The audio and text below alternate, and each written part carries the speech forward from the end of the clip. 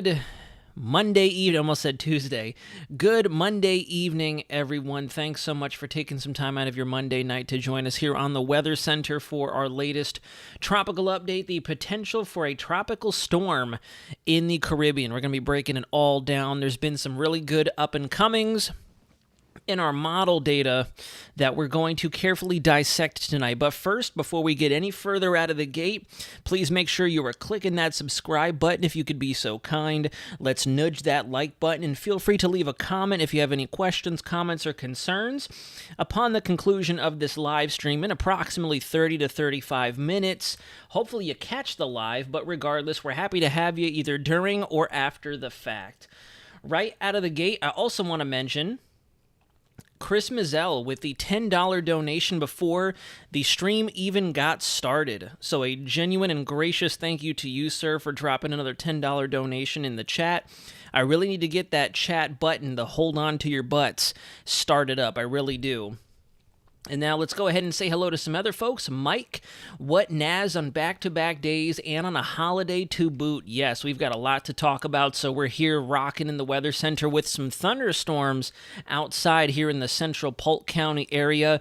Daddy Sharky, Adira, The Hive, Kevin Hawthorne from Lakeland, good to see you. I'm wondering if you're getting any of these rain and thunder or any of this rain and thunderstorms that we have going on over here. Roxanne Hudson, good evening. Mr. Man JJ in the chat.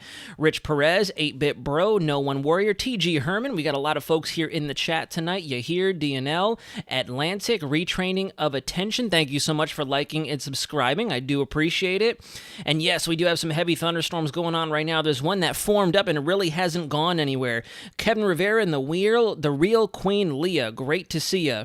Andrea Ola, good to see you. Smoking Swamp Outdoors. Everybody, we got a lively chat tonight. Robbie Lynn McCrary, Levi Cowan said chances are moderately high for lots of storms. And I do agree with him. I have to go back and watch his video because I know that he just recently put something up. TG Herman with the $20 donation. Thank you so much for contributing to the channel. It's sincerely appreciated. 150% of the way, every step of the way. PM, welcome in. And I know it's been very central and east side loaded. It's been right along the corridor I-4 and on the east side of I-4 into Osceola, the eastern extent of Polk, Orange, Seminole, and further towards the east coast. All right, so first things first, I also want to give the disclaimer, there's been a lot of lightning outside, so if at any point in time this stream suddenly gets latent or starts to lag, I apologize. It's just because of the thunderstorm that's been just parked overhead.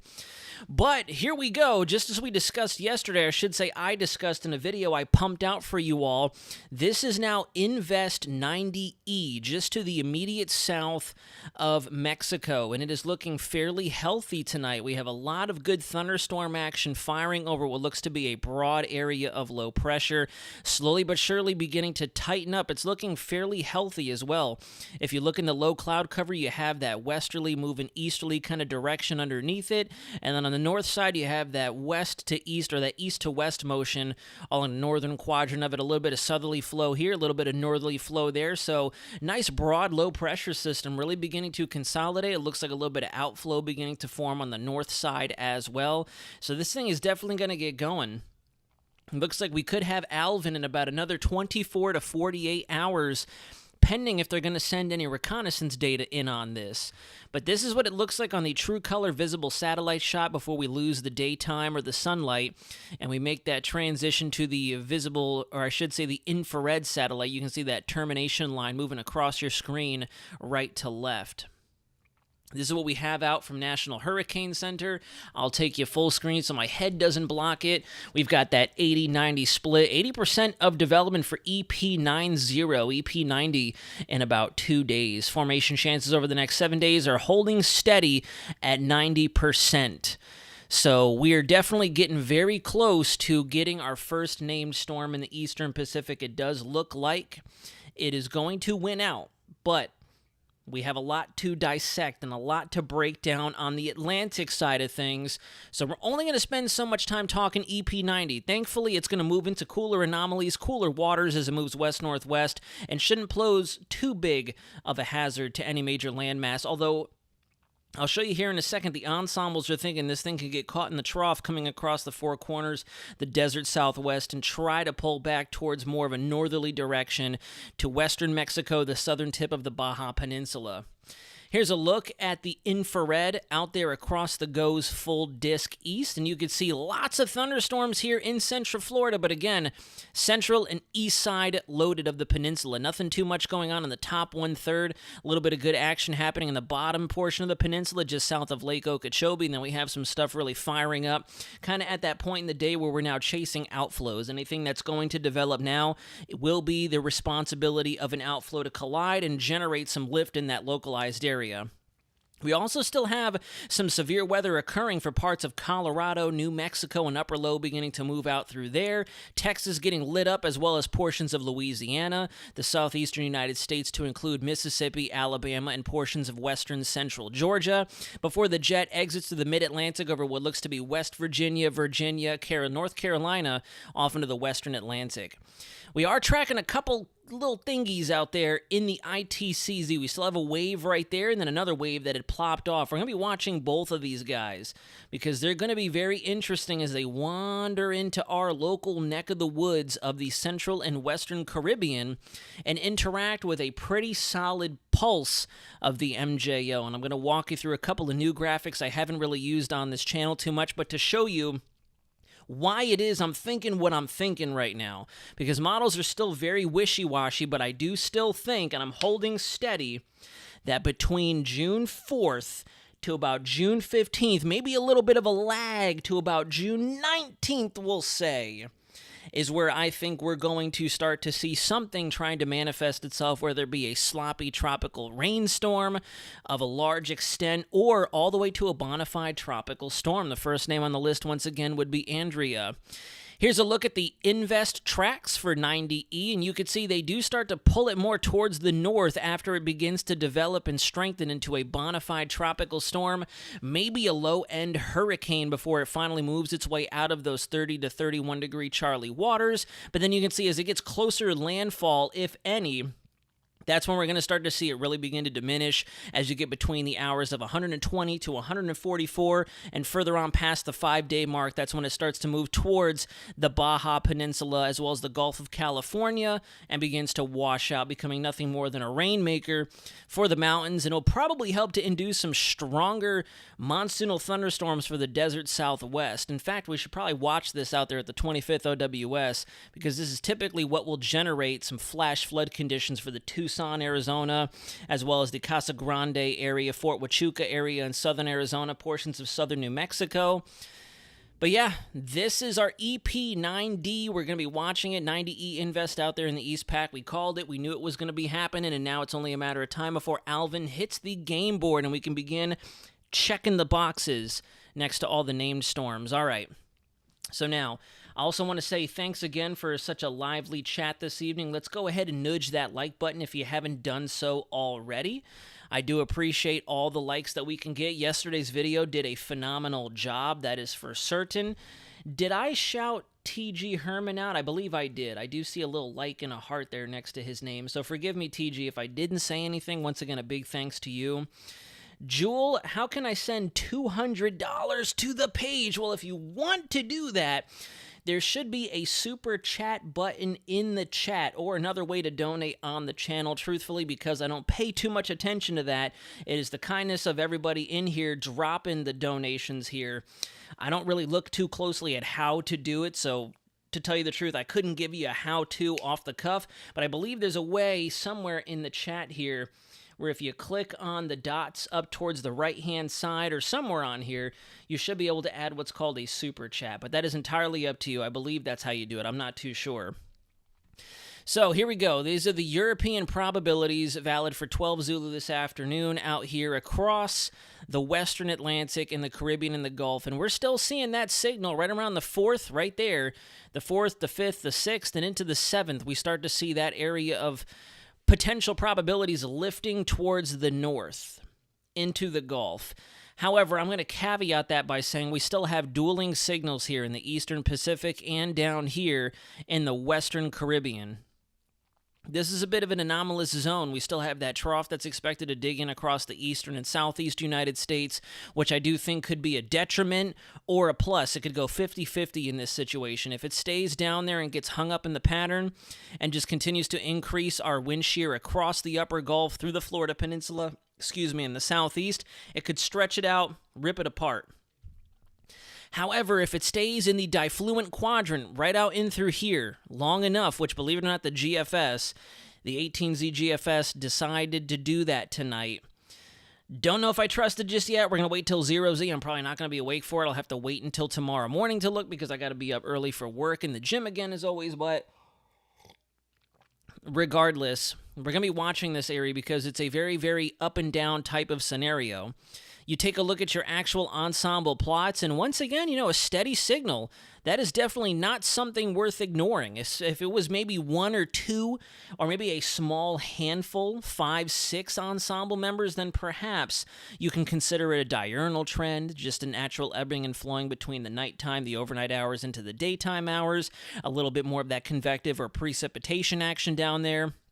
But this has been steadily picking up approximately maybe 10 to 12 members of the ensemble suite, which is around 1/5 of the whole computer model when you look at the individual members. So definitely not a bad signal. Not a bad signal. Here's a look at your 18Z GFS ensembles as well. And one thing I want you to point out is there has been a delay. If you notice right out of the gate, right there around the 4th of June, we get some weak members to begin propagating up towards the north here. That's what the GFS has been showing for a while, but then as soon as you get further into the month of June, bam, we start to see some really organized members around the June 8th, the June 9th time frame begin to develop near the Yucatan Peninsula and once again lift north. Like this thing just has it out for the southeast United States. It really doesn't go anywhere else from there. They just generally lift up towards the north and northeast, all thanks to that upper trough that should still be in place given the configuration of our Pacific North American oscillation. Quick glance at the Canadian ensembles. The Canadian ensembles have been very quiet, to tell you the truth. They haven't really been pinpointing anything, and usually the CAG is more of its bread and butter, especially after having used this model heavily during 2023 and 2024. But then as you get towards that point in time that the GEFS was showing, notice you get one broad area of low pressure between the 4th and the 6th of June, and then from there we start to see a bit more of general lowering pressures down there, right there, especially at the very tail end of the run. Just a general area of lowering pressures, but this model isn't favoring either one of the basins. If you notice, there's not much happening here and not much happening there, so I don't know how much I trust this. Because if you look down in the Eastern Pacific, this model really doesn't have too many members. We get a small batch of them showing development of what is now our invest area. So that is also very interesting. Uh-oh, it looks like I'm lagging. It looks like I'm starting to lag, or at least it feels like it. My model here is moving very slowly, so I'm not going to spend too much time on this. So I don't know. I don't put too much faith in it as our MJO moves through. This is also something I wanted to pull up as well. This is the control member of the GEFS. This is if you were to take all the individual 30-some-odd members of the computer model. Yep, there it is. We are lagging.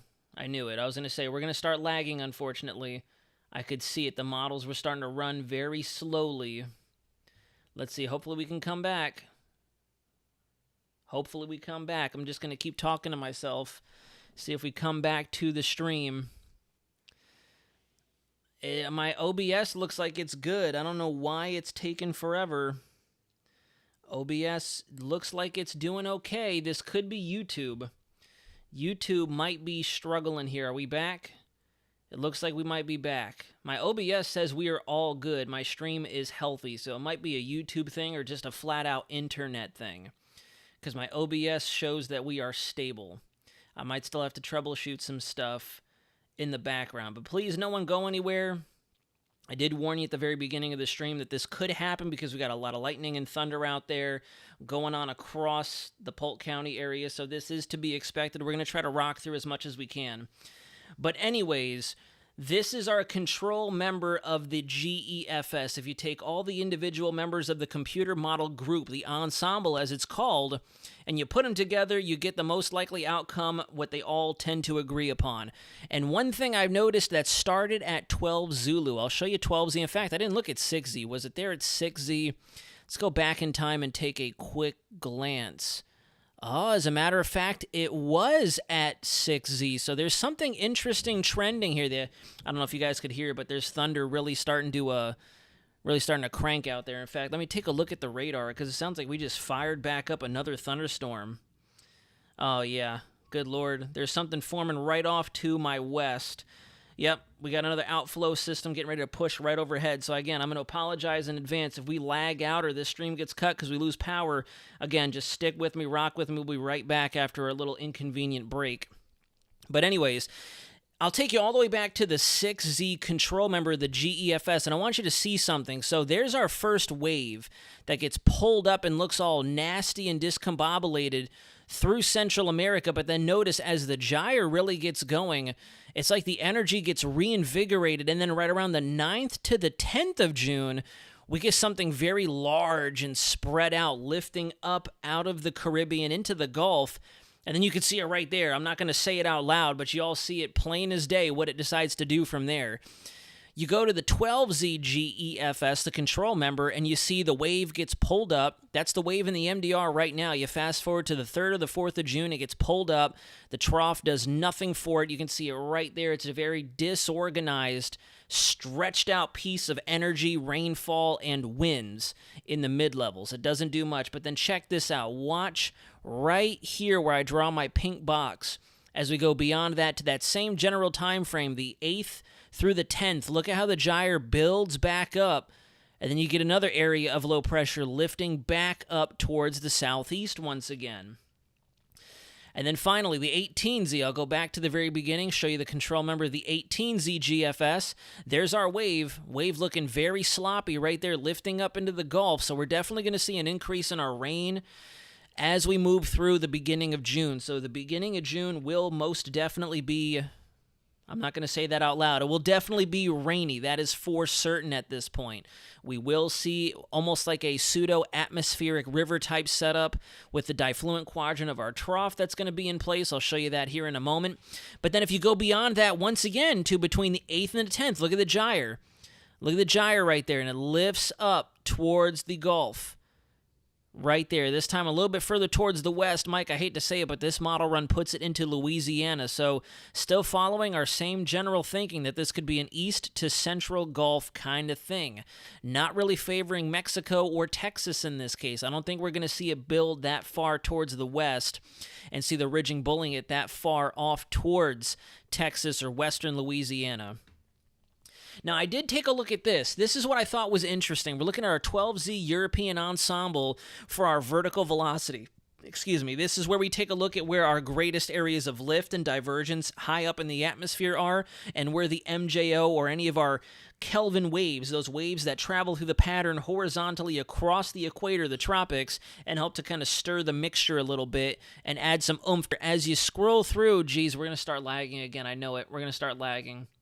We're going to start lagging here in a second because my model is not updating. I can already feel it, so I'm going to apologize in advance. Maybe we won't, but I think we're going to start lagging here in a moment. I do think so. OBS looks like it's dropping the ball. What a bummer. I'm going to have to troubleshoot this afterward. We have like no kilobits from OBS. We're like dropping big time. Yep, there it is. I knew it. I was going to say we're going to probably get some lag here in a second. So fast forward and not eat up too much of my CPU. In fact, I'm going to start closing tabs out too. If I've already briefed them, I'm going to shut them down. There we go. We don't need them anymore. That helped a little bit, it looks like. Okay, that helped a little bit. So, one thing I'm starting to see by about the June 2nd time frame to about the beginning of our forecasted time frame, we get that weak pulse of the MJO to come through, or maybe another Kelvin wave embedded within the pattern. And perhaps that's why our models are very hit or miss with what is going to be happening, whether it be in the Eastern Pacific or the Caribbean. But then, like the GEFS was alluding to, if you fast forward, still hear me? There we go. Are we back? It says I'm not even streaming anymore. I don't know what is going on. Oh, now we have excellent connection. Okay. This is very bizarre, and it's starting to get a little frustrating. So you know what? For the sake of time, I know we have a lot to talk about. But I'm going to try to just ramble on through. We lost a huge chunk of the chat just now. There we go. We're back. So hopefully we'll get some people back in. Hopefully the weather will start to cooperate. This is ridiculous. There we go. We're frozen yet again, I think. All right, no. Anyways, this is what I wanted to show you. So if you look towards the very tail end of the run, as you get past the 4th and the 5th into the meat and potatoes of June, that's when our MJO really begins to fire up. We get the main pulse of, I think, MJO energy through the pattern. Yeah, and it looks like it's done. There we go. Thank you for the folks who are sticking around still. I appreciate it. This is a mess. This is a train wreck. Yeah, I don't know what's going on with my OBS or why it is that everything is lagging so bad, but it does look like YouTube dropped the stream a couple of times. I don't know why. It still says I have excellent connection, but for some strange reason, we're going really badly in and out. I can't explain it. And you know what's crazy, too, is they just jacked up my internet price. They jacked up my internet price, and for some reason, I have worse lag than I ever have before. There it goes again. Now we're jacking up again. No, I don't think so. I mean, maybe there was a intermittent power surge or something like that. Maybe there was a bit of a power surge or something. But let's see. Let's keep going. So close this tab out, move to the next one. You look at the GEFS as well. We're just going to go all the way to the end of the loop. You can see at the beginning of June, our lift is focused in the East Pacific, the tropical Pacific basin. Not as much. It's kind of bleeding over into our area. But then you go beyond that into a greater portion of June, and now look at how we're starting to focus over that area of the Caribbean. So this is interesting. I do think we're still within that time frame from the 4th to about the 15th. I'll put a little asterisk there because that could bleed over to about the 16th to the 19th, I think, based on our velocity anomaly charts. But that's what I'm looking at right there. We're going to take it from the Eastern Pacific and move that area over the Caribbean. And that's when we're really going to focus our velocity anomalies out across that area. So that is something. I'm going to start looking at these charts a little bit more frequently so we can see exactly where it is that we're priming the environment, because this doesn't quite do it for us. I know that we love these Hofmahler diagrams. This generally shows the area that we'll want to be watching in the time frame, but I do like those from the top-down marks, or those top-down graphics that I was showing you just a second ago. And you can also see that the European model does seem to also carry our MJO through, but then has a Kelvin wave sneaking through the pattern as we get towards the very tail end of June before we close up shop and we get into that unfavorable period again. So we're going to be watching that very closely.